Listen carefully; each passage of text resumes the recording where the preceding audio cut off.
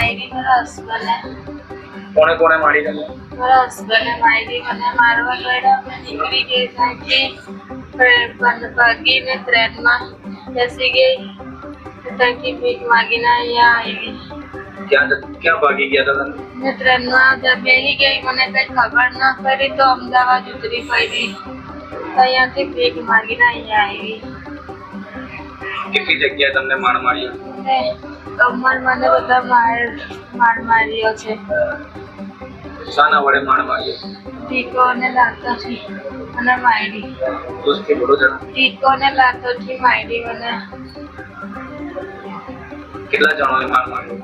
એટલા બધા હસબન્ડ જ હતા. શું કામ માર માર્યો? નહીં જોયું, મગજમારીમાં એવું કર્યું મારી હાથે.